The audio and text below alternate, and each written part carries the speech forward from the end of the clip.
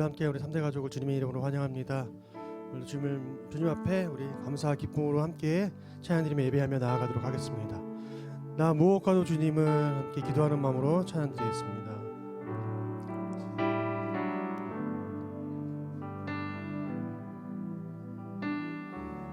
나 무엇과도 주님을 바꾸지 않으리. 다른 어떤 은혜 구하지 않으리. 오직 주님만이 내 삶의 도움이시니 주의 얼굴 보기 원합니다. 우리 한번 나 무엇과도 주님을 바꾸지 않으리. 다른 어떤 은혜 구하지 않으리.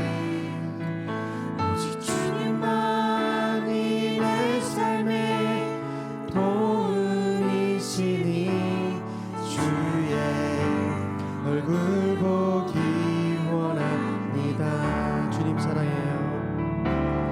주님 사랑해요.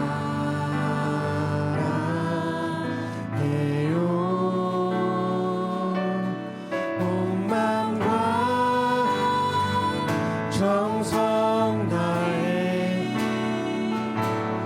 하나님의 진실한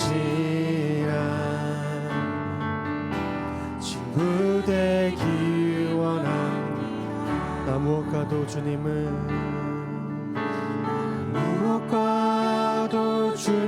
바꾸지 않으리. 다른 어떤 은혜 구하지 않으리. 오직 주님만이 내 삶의 도움이시냐면 주의 얼굴 보기 원합니다. 우리 마음을 다해서 주님 사랑해요. 주님 사랑해요.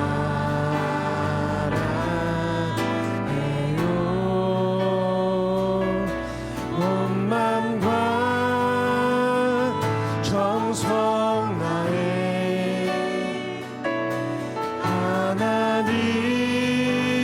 하나님의 진실한 친구 되기 원합니다. 아멘. 주님 사랑해요. 주님 사랑해요.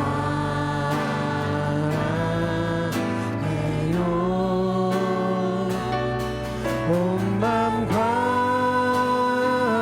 정성 다해 하나님의 진실한 친구 되기 원합니다. 아멘. 주님만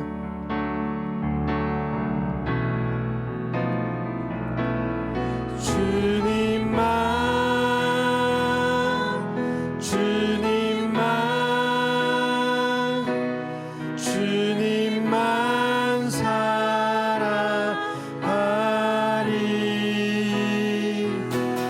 나의 왕 나의 주님을 더욱 알기 원해. 나 주님께 오직 주께 경배하네. 거룩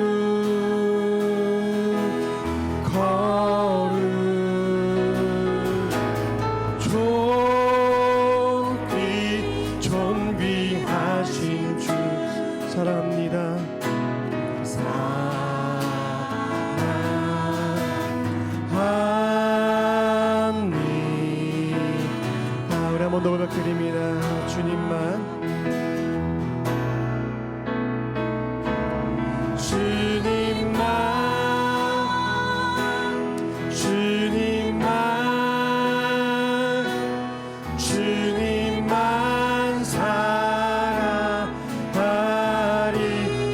나의 왕 나의 왕 나의 주님을 더욱 알기 원해 나 주님께 오직 주께 경배하네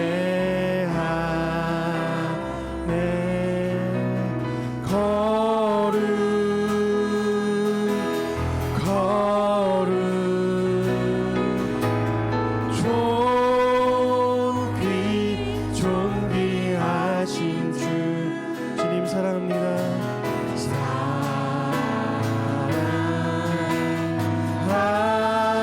사랑합니다. 한 번 더 고백드립니다. 주님만 사랑하리. 더 큰 목소리로 주님만 아멘. 주님만 사랑하리. 우리 왕 되신 하나님 나의 왕 나의 주님을 더욱 알기 원해 나 주님께 오직 주께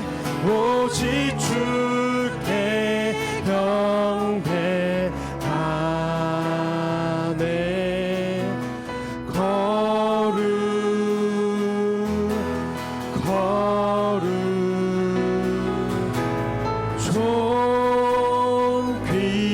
존귀하신 주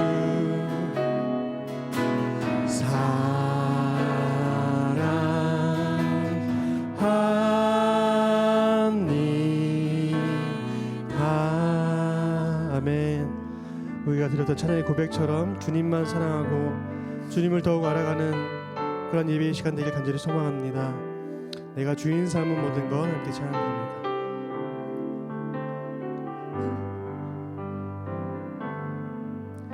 내가 주인 삼은 모든 것 내려놓고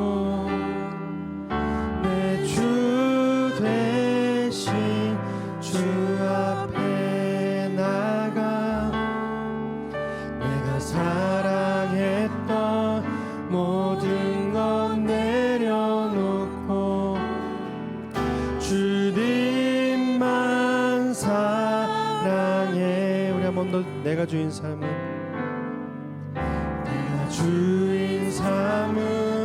모든 것 내려놓고 내 주 대신 주 앞에 나가 내가 사랑했던 모든 것 내려 우리 주님만 사랑해. 주 사랑 거친 풍랑에도 깊은 바다처럼 나를 잠잠케 해. 주 사랑 내 영혼의 반석 그 사랑 위에 서리. 내가 주인 삼은 모든 것 내려놓고 내 주 대신 주 앞에 나가 내가 사랑했던 모든 것 내려놓고 주님만 사랑해.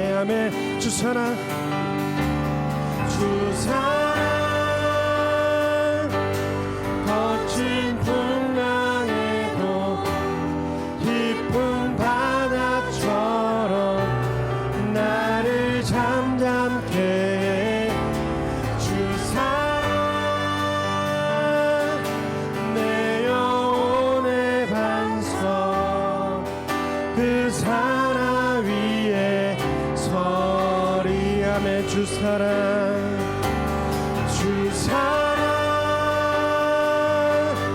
거친 풍랑에도 깊은 바다처럼 나를 잠잠케 해.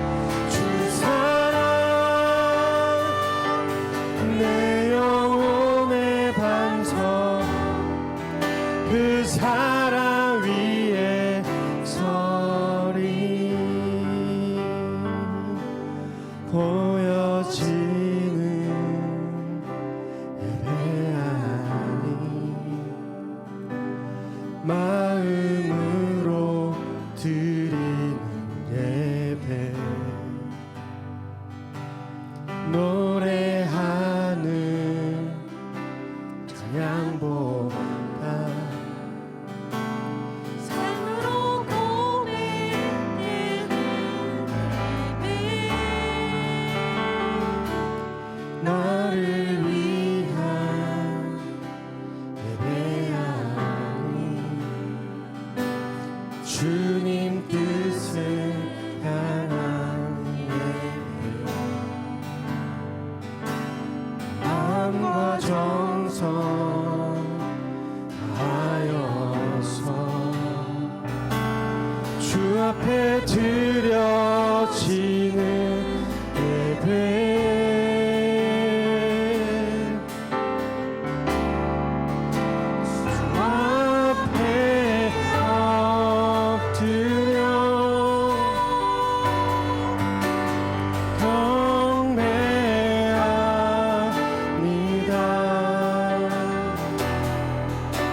온전한 예배 내 맘의 예배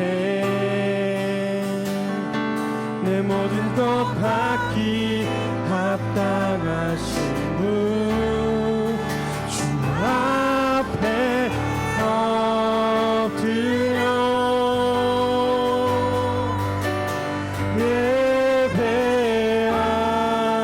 예배합니다.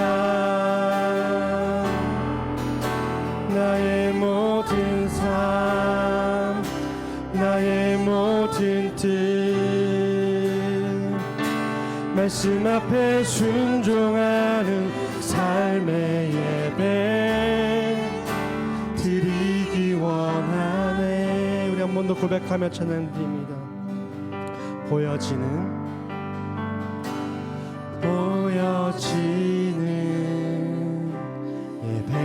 예배하니 마음으로 드리는 예배. 노래하는 찬양보다 삶으로 고백되는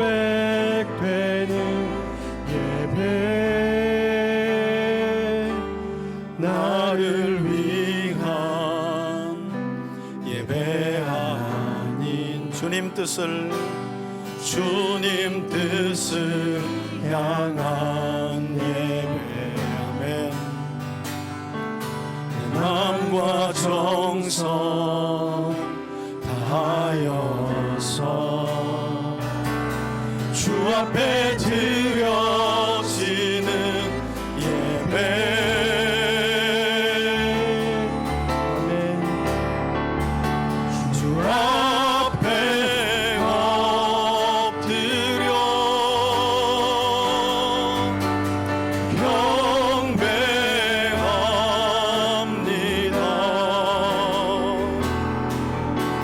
온전한 예배 내 맘의 예배 내 모든 것 받기 합당하신 분 주 앞에 엎드려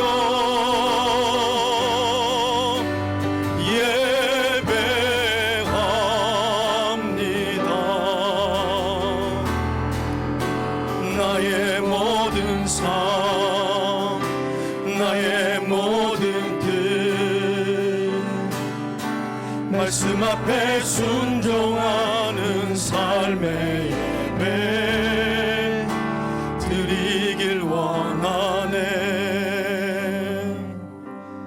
할렐루야. 그런 예배가 오늘도 저와 여러분들을 통해 드려지길 원합니다. 제가 오늘 교회로 향하면서 그런 생각을 해봤어요. 어떤 예배를 드려야 하나님이 가장 기뻐하시는 예배가 될까? 어떤 예배를 들어야 하나님이 가장 흡족하게 받으시는 예배가 될 수 있을까? 제 마음 가운데 든 생각이 뭐냐면 어떤 생각이 안 떠오르는 거예요. 그냥 오늘이 마지막 예배다 하는 생각으로 드려지는 예배,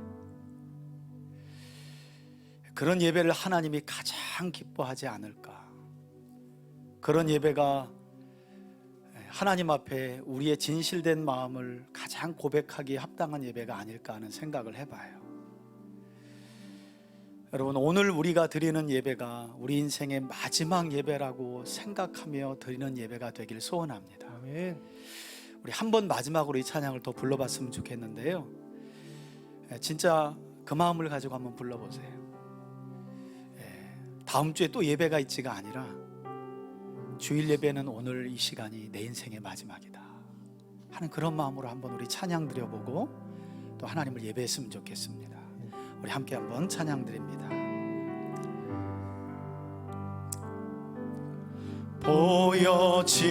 보여지는 예배 아닌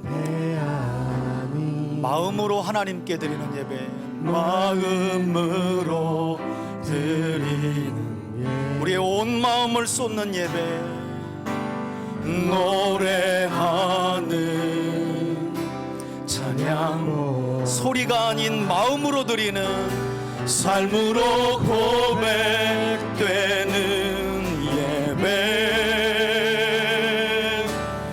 나를 위 주님만 바라보는 예배. 아멘. 주님 뜻을 그 뜻을 알기를 간절히 원하는 예배, 내 마음과 정성 다하여서 주 앞에 드려지는 예배, 주 앞에 엎드려 주 앞에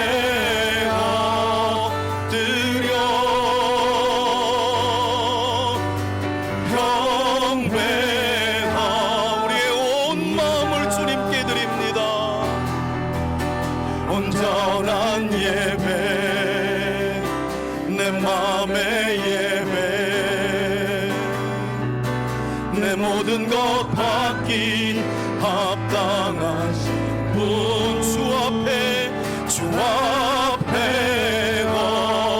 엎드려 온 마음으로 주님 한 분만 예배합니다. 나의 모든 삶, 나의 모든 삶, 나의 모든 뜻, 말씀 앞에 순종하는 삶의 예배. 우리 후렴만 한 번 더 불러봅시다. 주 앞에 엎드려 주 앞에 엎드려 주님만 경배합니다. 오늘이 마지막 예배인 것처럼 주님만 바라봅니다. 온전한 우리의 온 마음을 쏟아놓는 내 마음의 예배, 내 모든 것 받기 합당하신 분,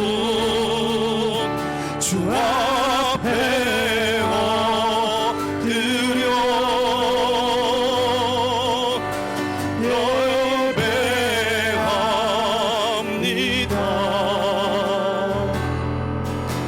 나의 모든 삶, 나의 모든 뜻, 말씀 앞에 순종하는 삶의 예배 드리길 원하네. 우리 행군 나팔 소리에 힘차게 찬송합시다. 행군 나팔 소리에 주의 호령 났으니 십자가의 군기를 높이 들고 나가세 서는 싸움 다 싸우고 의의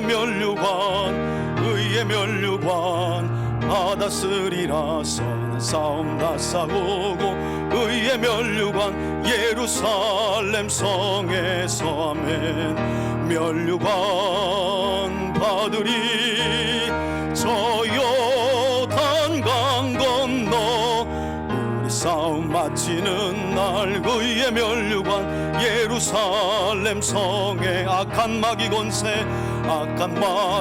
권세를 모두 깨쳐버리고 승리하신 주님 승전가를 부르세 싸우는 싸움 다 싸우고 의의 면류관 받았으리라 싸우는 싸움 다 싸우고 의의 면류관 예루살렘 성에서 면류관 받으리 저 요단강 건너 우리 싸움 마치는 날 의의 면류관 예루살렘 성에 달려갈 길 다 가고 싸움 모두 마친 후 주와 함께 기쁘 용사들아 누리세 아멘 서는 싸움 다 싸우고 의의 면류관 받았으리라 서는 싸움 다 싸우고 의의 면류관 예루살렘 성에 아멘 면류관 받으리 저 요단강 건너 우리 싸움 마치는 날 의의 면류관 예루살렘 성에서 천지를 지으신 창조의 하나님, 하나님의 사랑과 은혜에 감사드리며 창조주 되시는 하나님을 찬양합니다. 어느덧 추운 겨울이 지나고 생명이 움트는 따뜻한 봄을 허락하신 주님 감사합니다. 나무의 가지마다 싹이 돋아나고 꽃을 피우는 것을 볼 때 창조의 하나님을 기억하고 하나님의 사랑을 기억하는 저희가 되게 하옵소서. 지난 한 주간 따뜻한 날씨로 저희를 지키시고 말씀으로 인도하신 주님 감사합니다. 하나님의 언약의 말씀을 따라 거룩한 삶을 잘 살았는지 이 시간 돌아봅니다. 하나님 아버지, 저희는 너무나 연약하고 부족합니다. 하나님의 말씀을 따라 하나님 사랑, 이웃 사랑을 하며 살아가길 원하지만 넘어지는 순간이 너무나 많습니다. 불쌍히 여기시고 용서와 은혜를 더하여 주옵소서. 그럼에도 거룩한 삶을 살아가기 위해 노력하는 3대 가족들에게는 하나님의 말씀을 잘 순종하는 충성된 청직의 삶을 살아갈 수 있는 믿음을 더하여 주시옵소서. 사랑의 하나님, 지금은 예수님의 부활을 기대하며 기억하며 사순절의 기간을 지내고 있습니다. 사순절을 기억하며 지내는 각 사람에게 주님을 더욱 사랑하는 마음을 주옵소서. 이 시간에 주님을 더욱 생각하고 이웃을 더 사랑하게 하시고 죽기까지 우리를 사랑하신 예수님의 사랑을 전하는 저희가 되게 하옵소서. 거룩하신 하나님 아버지, 이 시간 말씀을 선포하시는 목사님께 은혜를 더하여 주옵소서. 성경을 통해 저희에게 하시고자 하는 말씀들이 목사님을 통해 잘 전파되게 하옵소서. 또한 주님의 말씀을 너무나 사랑하여 더 배우고 알아가고 연구하시기에 힘쓰시는 목사님께 하늘의 지혜와 지식을 더하시고 하나님의 마음을 잘 파악하는 통찰력도 허락하여 주옵소서. 또한 곡식을 고운 가루로 빻는 마음으로 오늘 이 예배를 기대하고 준비하는 마음으로 예배 자리에 나온 저희에게는 100배, 60배, 30배 말씀의 결실이 있게 하여 주옵소서. 구원의 하나님 아버지, 몸과 마음의 병으로 힘다하는 고통 중에 있는 우리 주의 백성들을 기억하여 주시옵소서. 아브라함의 기도를 기억하시어 그 멸망 중에도 롯을 구원하신 것처럼 저희 3대 가족들의 중보하는 기도를 기억하시고 아픔과 고통 가운데 있는 3대 가족들을 그 고통 가운데서 구원하여 주시옵소서. 또한 전쟁 중에 있는 나라와 지진과 이상 기후로 고통 중에 있는 나라를 기억하시고 그 가운데 하나님의 사랑과 평안이 가득하게 하시옵고 회복의 은혜를 더하여 주시옵소서. 이 시간에도 열방 가운데 하나님의 사랑을 전파하는 선교사님들을 기억하고 기도합니다.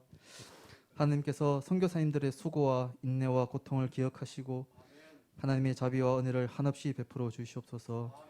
또한 선교의 현장에 오는 사람들이 선교사님을 통하여 하나님의 나라를 경험하게 하시고 무한한 하나님의 사랑을 누리게 하옵소서. 예배를 준비하고 돕는 손길들을 또한 기억하시고 하나님의 복과 은혜, 형통함이 날마다 더하게 하시옵소서.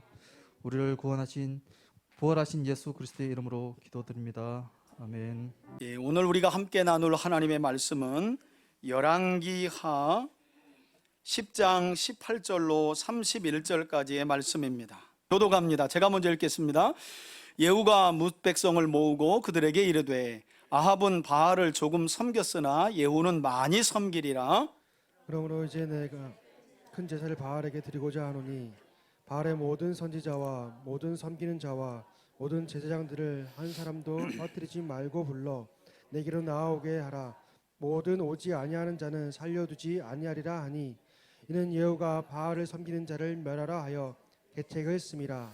예후가 바알을 위하는 대회를 거룩히 열라 하매 드디어 공포되었더라.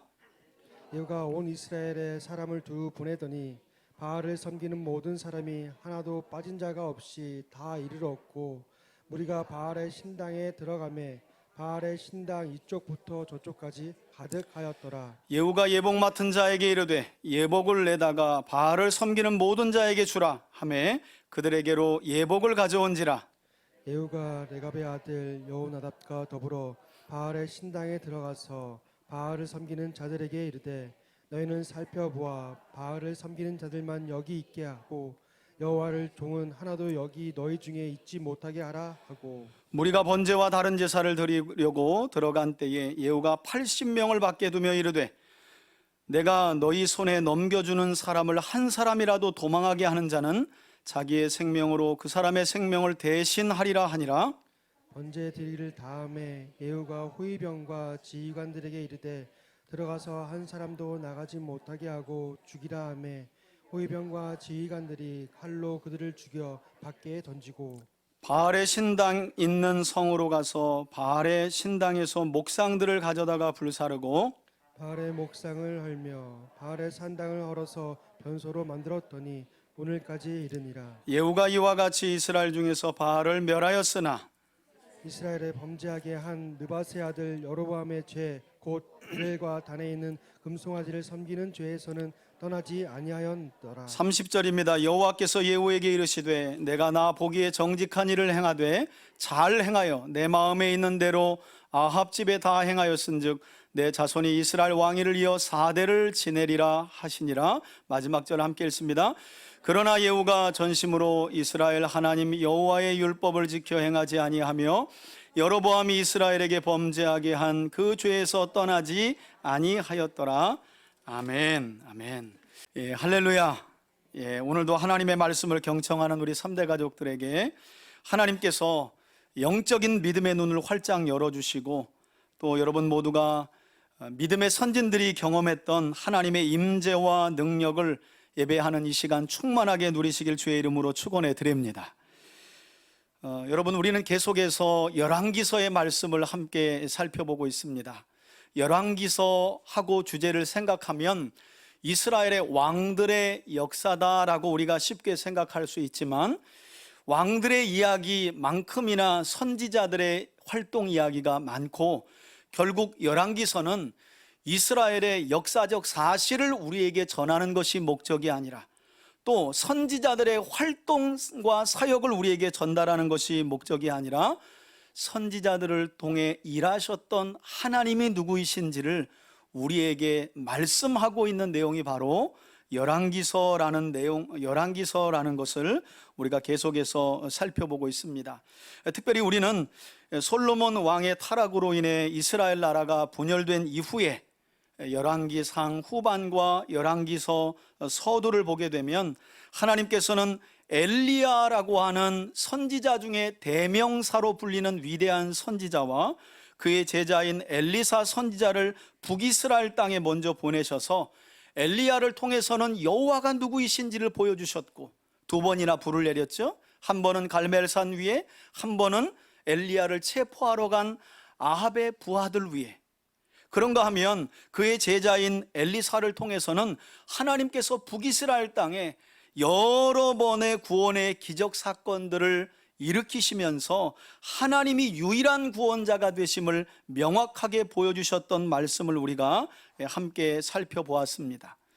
여러분, 엘리야와 엘리사 이 두 선지자의 활동 기간을 더해보면 대략 한 35년간이라는 기간이 나오는데요, 이처럼 하나님께서는 악한 오므리 왕조의 아합 가문과 그 악한 아합 왕을 쫓아 온갖 죄악을 범했던 북이스라엘 백성들의 죄악에 대하여 두 선지자의 활동 기간 동안 대략 35년간이나 참아오면서 북이스라엘 백성들이 하나님께로 돌아오기를 애타게 기다리셨다는 거예요.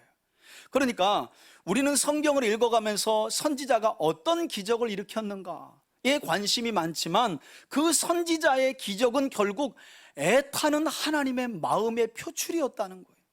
내 백성이 제발 하나님을 떠나 우상에게로 가지 않았으면, 가던 그 길을 돌이켜 내게로 돌아왔으면 하는 바람으로 하나님은 엘리야도 보내셨고 그의 제자인 엘리사도 보내신 거죠. 이렇게 보내셔서 하나님께서 그들이 돌아오기를 기다린 지가 말씀드린 것처럼 35년이 지났다는 거예요. 여러분, 그러나 우리가 잘 아는 것처럼 고린도후서 6장에 어떤 말씀이 있어요? 지금이 은혜 받을 만한 때요, 지금이 구원의 날이다, 이런 말씀이 있잖아요.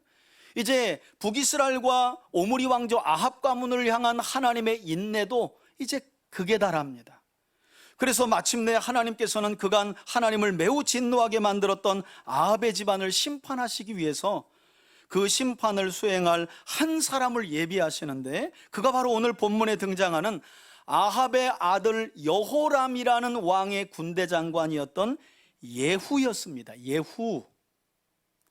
여러분, 우리가 아합의 집안을 심판하기 위해 하나님께서 기름 부어 북이스라엘 왕조의 10번째 왕으로 세운 예후라는 인물을 주목해야 하는 이유가 있는데요, 그러니까 북이스라엘 왕들이 대략 한 19명 망할 때까지 세워지게 되거든요. 210년 동안 이어질 때. 그 가운데 다른 왕들은 여러분들이 다 몰라도, 오므리 왕조 아합 같은 경우 알아두면 좋죠. 아합만큼이나 중요한 사람이 바로 예후예요. 그럼 왜 우리가 이 예후라는 사람을 주목해야 하느냐? 말씀드린 것처럼 약 200년 동안 지속되었던 북이스라엘 왕들 가운데 불완전하긴 했지만 그나마 유일하게 하나님을 위한 열정과 열심을 가졌던 왕이라고 성경이 우리에게 예후를 소개하고 있기 때문입니다. 하지만 그럼에도 불구하고 성경 전체를 보게 되면, 또 예후의 행적에 관한 말씀을 보게 되면, 성경은 이처럼 여호와를 위한 예후의 열심을 뭔가 불완전한 모습으로 기록하고 있는 것을 볼 수 있어요. 이 사람의 마음이 도대체가 뭐지? 어떻게 보면 하나님을 위한 열심 같은데 또 자기를 위한 열심 같기도 하고, 이렇게 예후의 행적을 보면 예후가 어떤 일을 행하는 과정 중에는 참 헷갈려요. 이 사람 지금 하나님의 일을 하고 있는 건지 자기가 이루고자 하는 것을 하는 건지. 그래서 성경은 예후의 행적 자체를 상당히 불완전한 눈으로 조명하는데, 말씀드린 것처럼 그 이유는 오늘 본문에서는 읽지 않았지만 오늘 본문이 속한 10장 16절을 보면 예후가 여호나답이라고 하는 예후 당시에 북이스라엘 백성들에게 존경받는 사람을 그의 종교개혁에 참여시키면서 뭐라고 스스로 얘기해요? 여호와를 위한 누구의 열심이라는 거예요? 내 열심을 보라. 여러분, 왜 예후의 행적을 성경이 불완전한 모습으로 조명하는지 아시겠어요? 그는 자기 과시를 위한 열심으로 하나님의 일을 했던 사람이었기 때문이에요. 그런데 제가 설명드린 것처럼 예후의 행적을 그냥 보게 되면 이 사람 훌륭한 사람 같고 멋진 사람으로 보여질 수도 있다는 거예요. 자, 그럼 왕위에 오른 이 예후는 이와 같은 자기 열심을 가지고 어떤 일을 행했느냐? 오늘 본문 앞선 내용을 보게 되면 엘리사 선지자의 사환을 통해 하나님께 기름 부음을 받은 예후는요, 가장 먼저 어떤 일을 행하는가? 아합의 아들이었던 여호람 왕을 죽입니다. 그리고 그 당시까지 살아 있었던 아합의 아내였던 이세벨도 죽이고요, 아합에게서는 아하시아와 여호람만 있었던 것이 아니라 70명의 아들들이 있었는데 이 70명의 아들들도 모조리 죽여버립니다. 뿐만 아니라 예후는 당시 아합 왕의 손자였던, 그러니까 북쪽의 여호람 왕이 아합의 아들이었던 여호람 왕이 통치하고 있었다면, 분열된 이후 남쪽은 그 당시에 이 아합의 외손자였던 아하시아가 다스리고 있었는데 이 아하시아도 여호람이 제거합니다. 다시 말해 이 예후라는 인물은 어떤 인물이냐? 하나님께서 그동안 참고 인내하셨던 아합 집안에 대한 심판을 하시기 위해서 하나님이 그동안 마치 이 마광된 칼처럼 하나님의 심판을 행할 칼과 같은 역할을 했던 사람이 바로 예후였다는 거예요. 여러분, 이런 역사를 보면 하나님께서 어떤 심판의 역사를 이루시기 위해도 누굴 사용하는 거예요? 사람을 세우신다는 거예요. 하나님이 직접 행하시는 심판도 있지만 어떤 한 사람을 세워서 심판을 행하기도 하신다는 거죠. 그 인물이 바로 북이스라엘의 예후였다는 거예요. 여러분, 당시 예후의 입장을 생각해 보면 그야말로 천지가 개벽할 엄청난 일이 벌어진 거죠. 왜냐하면 그는 아합의 아들이었던 북이스라엘 왕 여호람의 군대 장관이었어요. 그런데 전쟁터에 있는데 엘리사의 사환이 느닷없이 와가지고 여기 예후 장군이 누굽니까? 난데요. 잠깐만 이리 오시라고. 그래서 천막으로 살짝 들어갔는데 들어가자마자 기름을 부으면서 여호와께서 당신을 북이스라엘의 왕으로 세우실 거요. 그리고 후딱 나가버리는 거예요. 그러니까 남은 군대 장관이 뭐요? 그랬더니 예후가 시치미를 딱 대고 뭔 미친놈이 와가지고 미친 소리하고 간 거예요. 신경 쓰지 마시오. 여러분, 예후는 이랬다니까요. 지금 자기에게 벌어지는 일이 무슨 일인지를 알지 못해요. 왕의 자리에는 생각도 해본 일이 없어요. 그런데 하나님이 아합 집안을 심판하기 위한 심판의 도구로 예후를 세우신 거예요. 근데 실제로 자기 손에 의해서 여호람도 죽이죠. 이세벨도 죽었죠. 심지어는 유다의 아하시아 왕까지 죽여가지고 천상천하 유아 독전이 된 거예요. 어느 한 날 보니까 군대 장관에서 북이스라엘도 남유다도 자기 손 안에 다 들어와 있는 상황이 돼버린 거예요.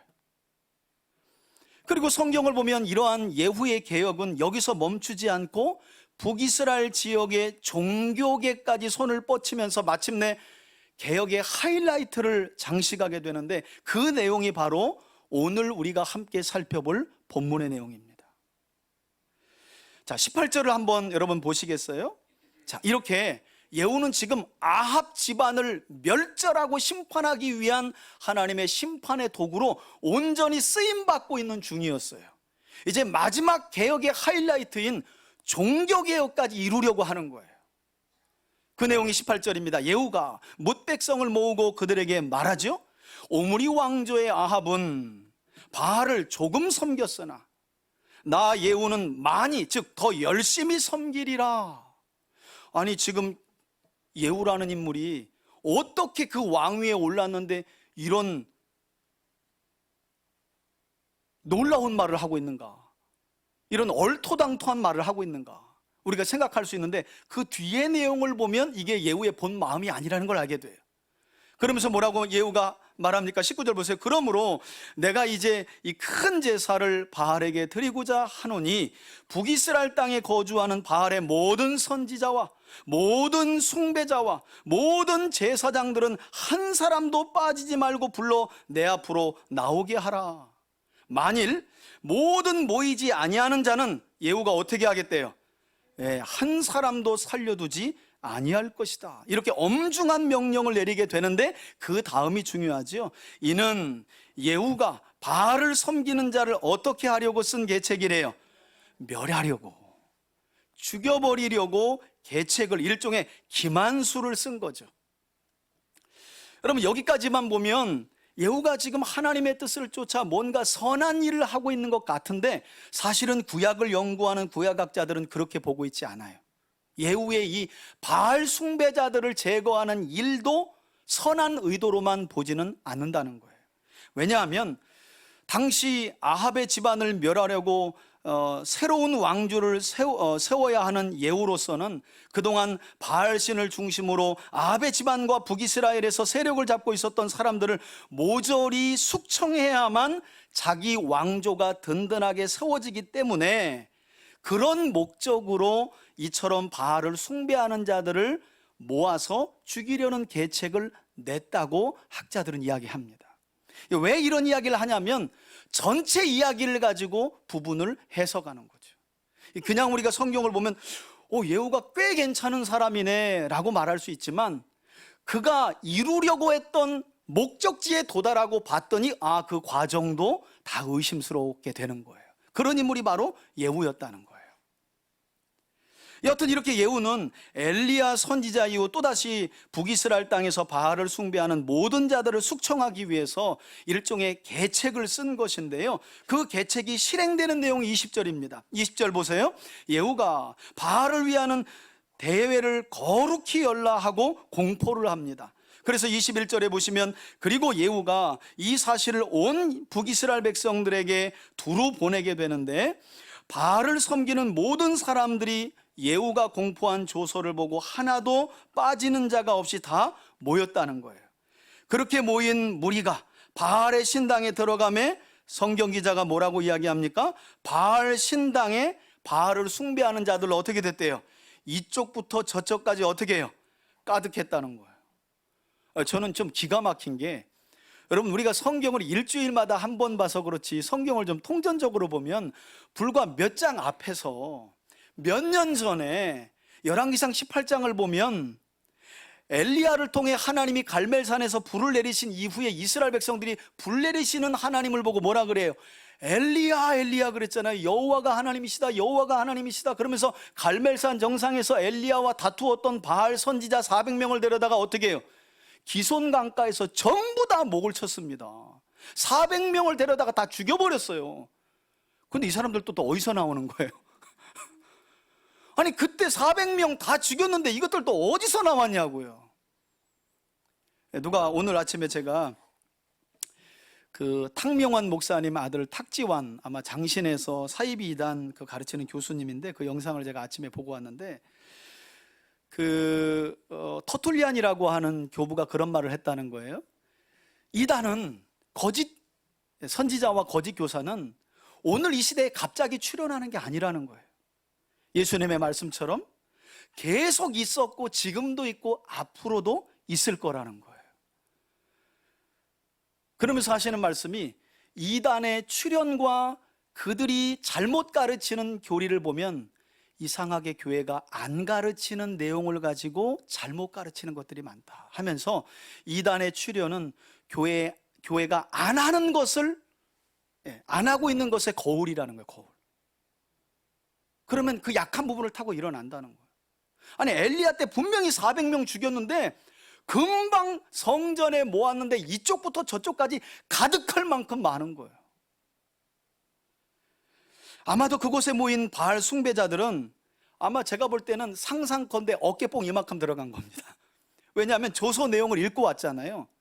아합은 좀 덜 열심히 섬겼는데, 여러분 왜냐하면 아합의 아내 이세벨이 바알신을 들여오긴 했지만 여전히 아합도요 베델과 단에서 금송아지로 만들어 놓은 여호와를 또 섬겼어요. 그러니까 바알과 바알신을 섬기는 사람들을 예우하긴 했지만 뭔가 이 사람들 마음에 부족했던 거야. 그런데 아합 집안을 멸하고 새로운 왕조를 세운 예후가 아합이 바알을 섬겼다고 할 수 있습니까? 그런 것 가지고 저는 차원이 틀린 그 마음과 재물과 제사로 바알신을 섬길 것이니 한 사람도 빠지지 말고 몇 월 며칠 어디로 모이시오 해서 모인 거예요. 그러니까 이 사람들이 얼마나 기대를 하고 그곳에 모였겠냐고요. 그래 아마 그랬겠죠. 그 당시만 해도 아합 아니면 안 된다고 막 칭송했던 사람들이 그래 아합이 좀 부족했지, 아이 그 사람이 말이야 더 열심히 바알을 섬겨야 되는데 이런 부분에 부족했어. 예후는 다를 거야. 아이 보니까 더 열심히 섬긴대잖아.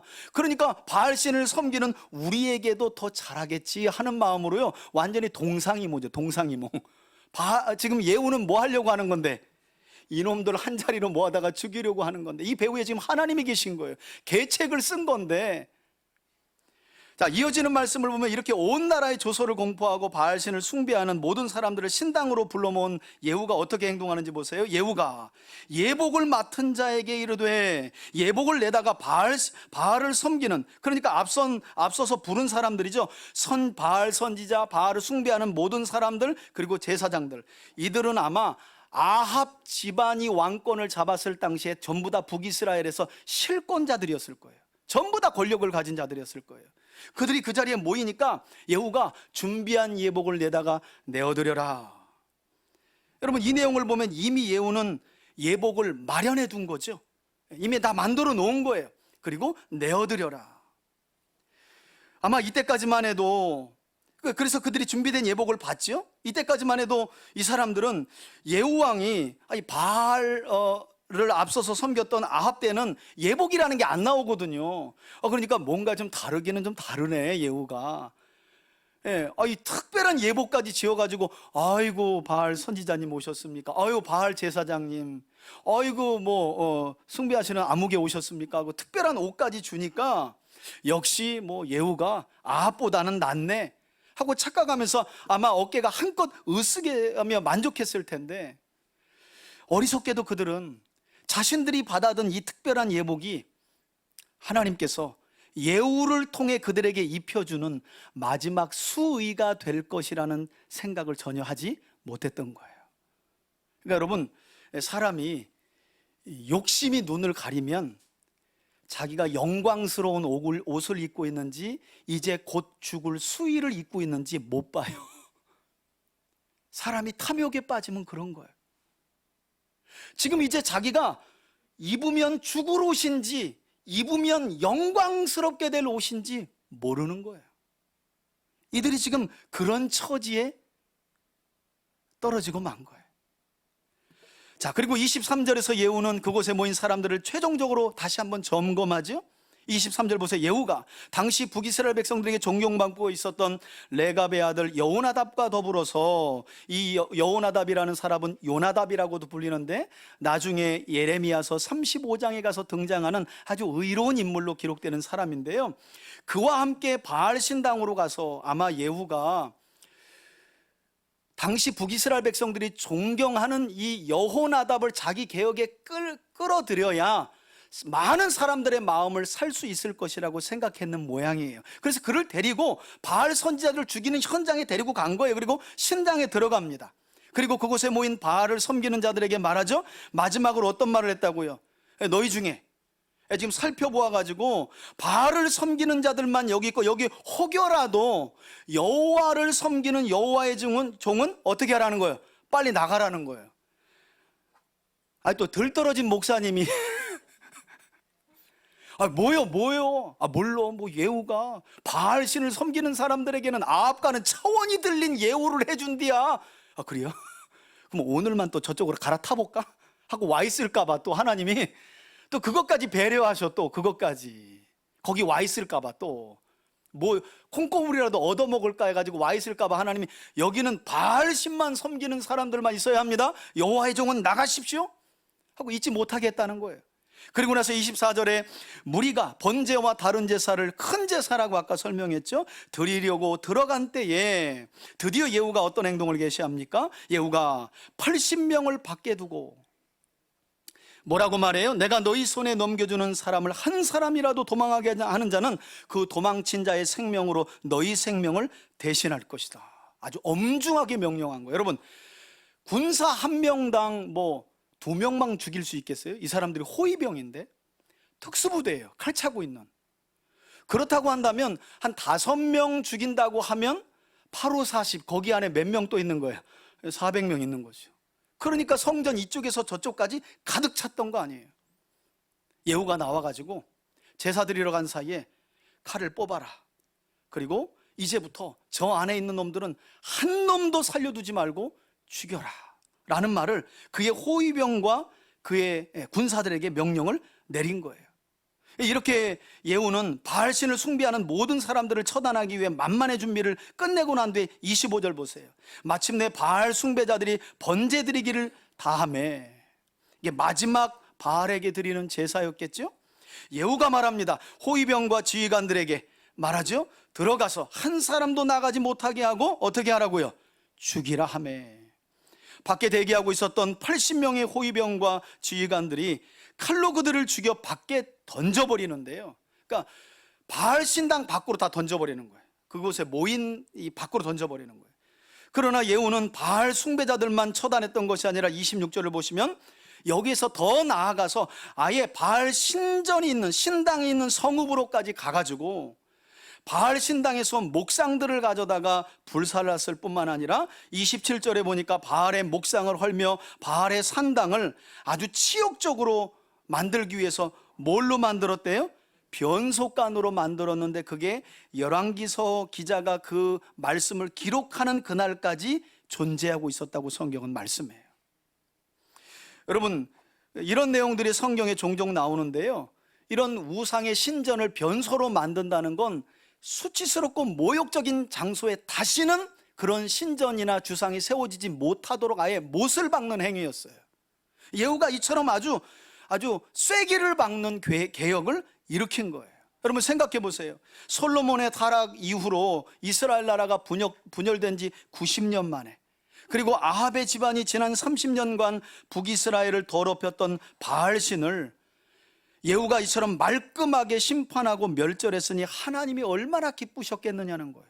하나님의 마음이 얼마나 시원하셨겠느냐는 거예요. 여기까지만 보면 예후의 무슨 흠을 발견하기가 어려웠다는 거예요. 지금 예후가 자기 열심으로 하고 있는 건지 선한 하나님의 열심으로 하고 있는 건지 분간이 안 가요. 여러분 종종 그런 사람 있잖아요. 조직을 위해서 아주 열심히 하는 것 같아. 어머나.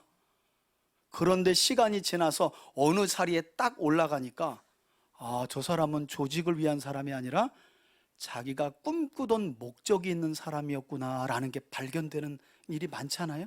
그죠? 그래서 성경이 뭐라고 합니까?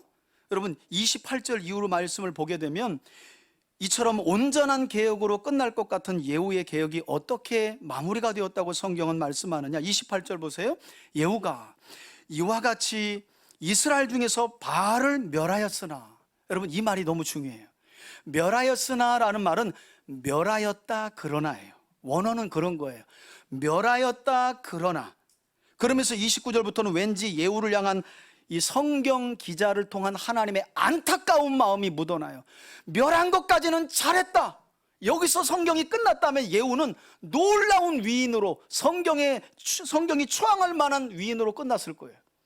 그러나 그래요. 그러면서 하는 말이 29절인데요. 이스라엘에게 범죄하게 한 북이스라엘의 초대 왕이었던 느밧의 아들 여로보암의 죄. 여러분 열왕기상 13장 기억하시죠? 솔로몬의 타락 이후 남북이 갈라진 다음에 북이스라엘의 초대 왕이 여로보암이었잖아요. 왕이 되자마자 어떤 죄악을 저질러요?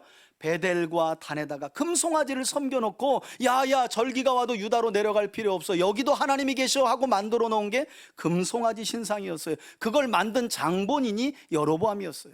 문제는 지금 예후가 다 잘한 것 같은데 이 여로보암의 죄, 곧 베델과 단에 있는 금송아지를 섬기는 죄에서는 어떻게 했다는 거예요? 떠나지 않았다는 거예요.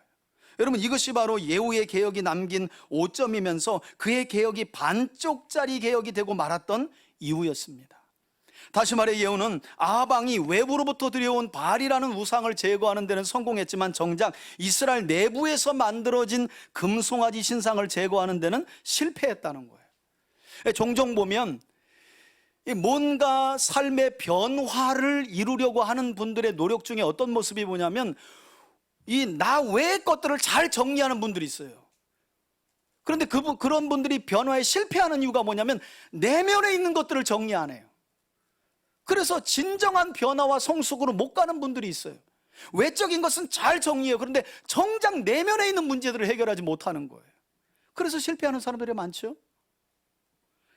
여러분, 대부분의 학자들은 예후가 이렇게 여로보암이 베델과 단에 세운 금송아지 신상을 제거하지 못하고 남겨둔 이유에 대해서 뭐라고 설명을 하느냐, 이는 그가 자기가 새롭게 세운 예후의 왕조를 여로보암처럼 굳건히 하기 위해서 남겨두었다는 거예요. 정치적인 목적으로. 왜? 베델과 단에 세워놓은 금송아지 신상은 북이스라엘의 초대 왕이었던 여로보암 때부터 이어진 정통성 있는 신전이기 때문에 자기의 정치적인 목적을 위해서 그저 남겨두었다는 거예요. 이처럼 예후는 선하신 하나님의 열심으로 시작된 아합 집안의 심판과 북이스라엘 땅에서 이룬 하나님의 놀라운 이 개혁의 결과를 결국 자신의 정치적인 야욕을 이루기 위한 목적으로 삼고 자신의 열심으로 악한 여로보암의 길을 따라가며 금송아지를 섬기는 죄악을 끊어내지 못했다는 거예요. 그래서 이렇게 개혁의 오점을 남기게 된 예후에게 마지막 단락을 보니까 하나님이 뭐라고 말씀하세요? 30절을 보시겠어요? 여호와께서 예후에게 이르시되, 그래도 하나님께서는 일단 예후가 아합의 집안을 잘 멸했기 때문에 복을 먼저 주시죠. 뭐라고요? 네가 나보기에 정직한 일을 행하되 잘 행하여. 그래서 제가 말씀을 묵상하면서 이런 생각이 드는 거예요. 여러분, 아합의 집안을 향한 예후의 역할은 뭐예요? 화를 잘 내는 거예요. 아합의 집안을 향한 하나님의 화를 잘 내는 거예요. 그래서 여러분, 화도 잘 내면 복 받습니다. 화 낼 때 내면 복 받고 화 안 낼 때 내면 뭐예요? 그게 저주가 되는 거예요. 그게 벌이 되는 거예요. 여러분, 이스라엘의 초대 왕이었던 사울을 생각해 보세요. 아말렉을 진멸하라. 이것은 출애굽 당시서부터 이스라엘을 줄곧 괴롭혀왔던 아말렉을 향한 하나님의 진노의 마음을 쏟아 부으라고 사울을 세우신 것이었어요. 그런데 사울이 어떻게 합니까? 아말렉을 진멸하지 않고 아말렉과의 전장에서 하나님의 도움으로 승리했음에도 불구하고 아말렉 왕 아각과 그의 좋은 가축들을 남겨두죠.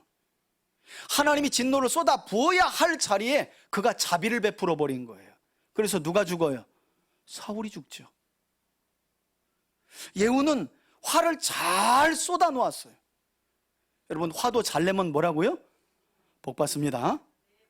인생이 망가지는 이유가 대부분 그런데 뭐예요? 화를 잘못 내는 거예요. 화를 잘못 내는 거, 화를 잘못 이용하는 거예요. 쓸데없는데 화를 내는 거예요. 그래서 우리 인생이 종종 어그러지잖아요. 그런 면에서 예후는 여기까지는 화를 참 잘 낸 사람이에요. 하나님의 진노를 잘 행한 사람이에요. 그래서 어떤 복을 받아요? 정직한 일을 행하되 잘했다. 내 마음에 있는 대로 아합의 집안을 멸하였으니. 하나님이 숙청하라고 하신 말씀에 잘 순종했다는 말씀이잖아요. 그래서 어떤 복을 약속받아요? 내 자손이, 예후 너의 후손들이 이스라엘 왕위를 몇 대를 이어갈 것이라고요? 4대. 이럴 줄 알았으면 우리 교회 이름을 몇 대로, 그때 깊이 봤어야 되는데 4대가 이렇게 또 있다는 거를 3대까지만 보였어요. 아브라함, 이삭, 야곱. 이게 너무 중요한 신학적인 주제이니까. 근데 이거 보니까 또 4대가 있네. 누군가 우리 교회에서 나가서 우리 부목사님이나 누가 나중에 생겨서 교회 하려면 무슨 교회? 4대 교회로 가야죠, 뭐. 그죠? 4대 교회. 4대를 이어갈 것이다라는 놀라운 복을 하나님이 주신 거예요. 여러분, 실제로 하나님의 이 복은 그대로 이어집니다. 그래서 북이스라엘 왕조를 이어갔던 예후는요, 예후 이후에 여호아하스, 요하스, 그리고 가장 뛰어난 여로보암 2세와 스가랴 왕까지 실제로 예후 이후에 4대를 이어갑니다. 아주 장시간 동안 다스려요. 안타까운 사실은 조금 전 29절에도 말씀드렸지만 다시 한번 31절에 보니까 그러나 예후가 새로운 왕조를 세운 후, 사실 이 31절이 예후를 평가하는 하나님의 절대 평가의 결론이거든요. 여러분, 과정을 무시할 수 없습니다. 과정에 충실해야 돼요. 과정에 성실해야 하고요, 과정에 최선을 다해야 돼요. 그러나 과정만큼 중요한 게 뭐예요? 결론이죠. 결과죠. 평가잖아요. 하나님의 평가. 그가 온 열심을 가지고 아합의 집안을 멸하고 하나님이 시키지도 않은 바알 선지자와 숭배자들까지 싹 다 멸했지만 하나님의 평가는 씁쓸했어요. 그게 31절이에요. 뭐라고요? 그가 전심으로 온 마음으로 이스라엘의 하나님 여호와의 율법을 지켜 행하지 아니하며 여로보암이 이스라엘에게 범죄하게 한 죄악에서 떠나지 아니하였다라고 성경은 말씀해요. 그 결과 그 이후의 내용을 보면 성경은 예후가 아람 왕 하사엘의 군대로부터 공격을 받고요, 북이스라엘 영토를 빼앗기며 결국 28년간 통치를 하다가 죽었다라고 예후의 통치를, 행적을 정리해 버립니다. 여러분, 예후는 약 200년 동안 북이스라엘 위에 세워진 19명의 왕들 중에서 하나님의 선지자를 통해 유일하게 기름 부음 받은 사실 진짜 정통성 있는 왕이에요. 물론 초대 왕이었던 여로보암도 하나님의 선지자 아이야를 통해 세우긴 했지만 거기에 어떤 내용에도 기름을 부었다는 내용은 없어요. 뭐 중요한 건 아닐 수 있지만 여하튼 중요한 건 선지자를 통해 북이스라엘 왕들 중에 기름 부음을 받은 정통성 있는 왕은 유일하게 누구였다는 거예요? 예후가 유일해요. 그런 면에서 예후는 자부심을 가질 만했어요. 하나님의 열심만 믿고 따라갔다면 유일무이한 왕이 되었을 거예요. 그래서 사실 하나님의 축복대로 100년이라는 긴 시간 동안 예후 왕조가 그 나라를 통치하잖아요. 그러나 이것은 어디까지나 다른 왕들에 비해 그가 잘했다는 것일 뿐 우리는 예후를 향한 하나님의 절대평가가 달랐다는 것을 기억해야 한다는 거예요. 저는 그런 점에서 예후의 개혁이 실패한 이유, 즉 그의 개혁이 남긴 오점을 저와 여러분들이 좀 깊이 마음에 좀 새겨 돌아볼 필요가 있다고 생각하는데, 왜냐하면 예후가 남긴 이 개혁의 오점은 얼마든지 우리가 지금 남기고 있는 오점일 수 있고 우리 신앙 전체를 통틀어서 남길 수 있는 오점일 수 있기 때문이에요. 시작도 좋았어요. 과정도 최선을 다했어요. 그러나 결론에 가서 하나님의 뜻을 이루고 하나님의 말씀을 성취하는 그 자리가 아니라 내 뜻을 이루고자 하는 그 목적지에 도달했다면 우리의 신앙도 예후의 길을 따라갈 수밖에 없다는 것이죠. 여러분, 예후의 개혁이 왜 실패하였습니까? 그는 선한 하나님의 열심에 사로잡혀 북이스라엘 땅을 개혁했던 것이 아니라 자기 열심을 가지고 결국 자기 왕조를 든든하게 세우고자 하는 정치적인 야욕에 사로잡혀 그의 개혁에 오점을 남기고 실패한 왕이 되고 말았습니다. 그럼에도 불구하고 하나님은 잠언 16장의 말씀처럼 악인도 악한 날에 적당히 쓰신다라는 말씀처럼 예후를 들어 쓰신 거예요. 예후가 전심을 가지고 하나님의 말씀으로 돌아갔다면 그는 여로보암의 길도 벗어나 여호와의 길로 들어서서 전무후무한 업적을 남긴 왕으로 칭송받을 수 있었다는 거예요. 이런 예후의 모습을 보면서 우리의 모습을 한번 돌아볼 필요가 있다는 거죠. 여러분, 지금 우리의 모습은 어떻습니까? 선한 하나님의 열심에 사로잡혀 우리 내면에 있는 우상과 죄악을 단호하게 도려내는 그런 거룩한 삶을 저와 여러분들이 살고 있습니까? 하나님께서 구원하여 주셨을 때 그 구원의 감격 안에 눈물을 흘리며 그 뜨거움으로 하나님을 향한 열심으로 신앙생활했던 그 마음, 그거 잃지 않았냐는 거예요. 아니면 열심은 똑같이 있는데 그 열심이 여호와를 위한 열심, 하나님의 뜻을 이루고자 하는 열심이 아니라 내가 원하는 바를 이루고자 하는 열심으로 변질되어 있지는 않은가? 그래서 예후의 길을, 그 망한 예후의 길을 또 따라가고 있지는 않은가? 하나님의 일을 한다고 하면서 내가 원하는 바를 이루고자 그렇게 살아가고 있지는 않은가? 우리 자신을 돌아보는 데 있어서 예후의 모습은 반면교사의 거울이 된다는 거예요. 여러분, 열심에 사로잡혀 자기 욕망을 이루려 하는 사람들이 왜 위험한 줄 아세요? 예후 같은 사람이 왜 위험한 줄 아세요? 바로 이런 사람들이 우리 예수님을 십자가에 못 박아 죽였기 때문이에요. 여러분, 예후의 일이 있은 이후에 800년이 지나서 이스라엘 땅에 구세주로 오신 예수님께서 바로 이 예후와 같은 하나님의 열심이 아니라 자기 열심에 빠져 정치적인 야욕을 채우려 했던 유대 지도자들에 의해서 돌아가셨다고 성경은 우리에게 말씀하잖아요. 자기 열심, 정치적인 목적과 그것을 이루기 위한 수단으로. 그래서 예수님이 돌아가신 거 아니에요? 여러분, 당시 예수님은 이와 같이 지독한 자기 열심에 빠져 예수님을 대적하고 죽이려 했던, 그래서 정치적인 목적을 이루려 했던 이 지도자들의 모습을 무엇에 비유하셨는 줄 아시나요? 많은 분들이 이 비유는 아는데, 이 비유가 그런 자기 열심에 빠져 자기들이 이루려고 하는 목적을 가지고 살아가는 악한 이스라엘을 하나님이, 예수님께서 경고하기 위한 비유인 줄 잘 몰라요. 자, 읽어보시면 이 비유가 그런 비유였어 하고 여러분들이 놀라실 거예요. 자, 우리 마태복음 12장 43절로 45절 말씀 앞에 보시고 함께 한번 읽겠습니다. 시작. 더러운 귀신이 사람에게서 나갔을 때에 물 없는 곳으로 다니며 쉬기를 구하되 쉴 곳을 얻지 못하고, 지금 비유입니다, 여러분. 그러니까 더러운 귀신이 한 사람에게 있다가 나갔다는 거예요. 어디 다른 데 머물 곳이 있나 하고 두루두루 다니고 있는 중입니다. 44절입니다. 시작. 이에 이르되 내가 나온 내 집으로 돌아가리라 하고 와보니 그 집이 어떻게 해요? 비고 깨끗하게 청소되고 수리되었거늘. 이거 비유입니다. 마지막 45절입니다.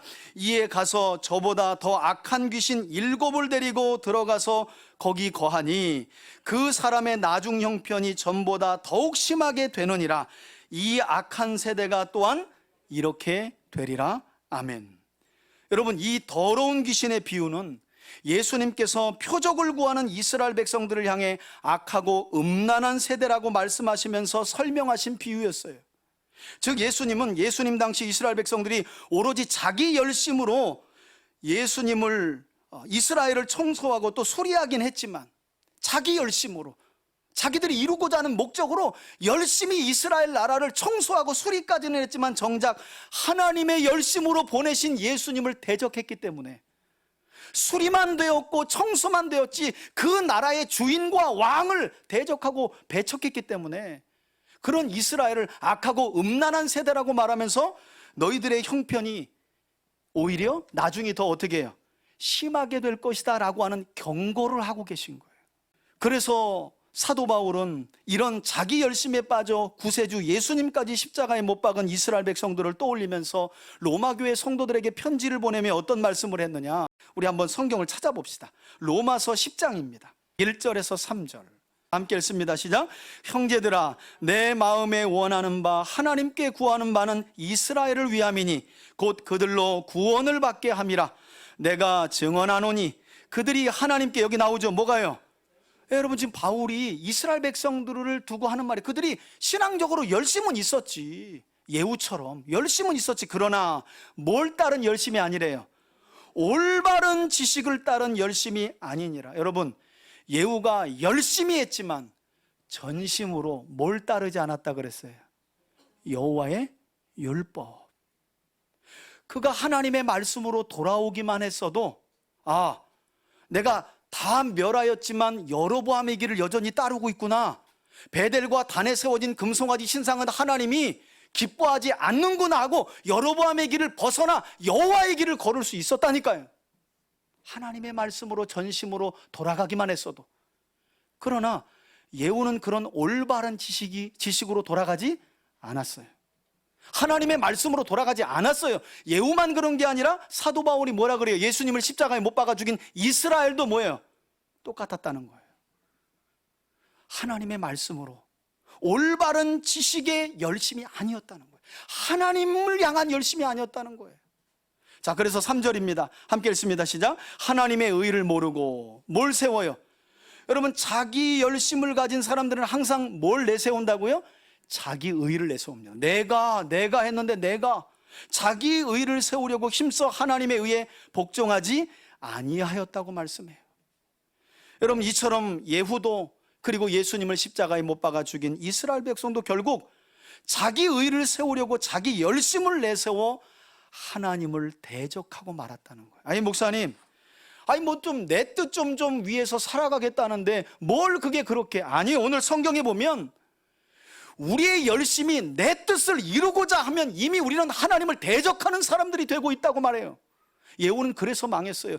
이스라엘 백성들은 그래서 예수님을 저주의 십자가에 못 박아 죽인 거예요. 자기 열심으로 자기들의 의를 이루려고 했기 때문에.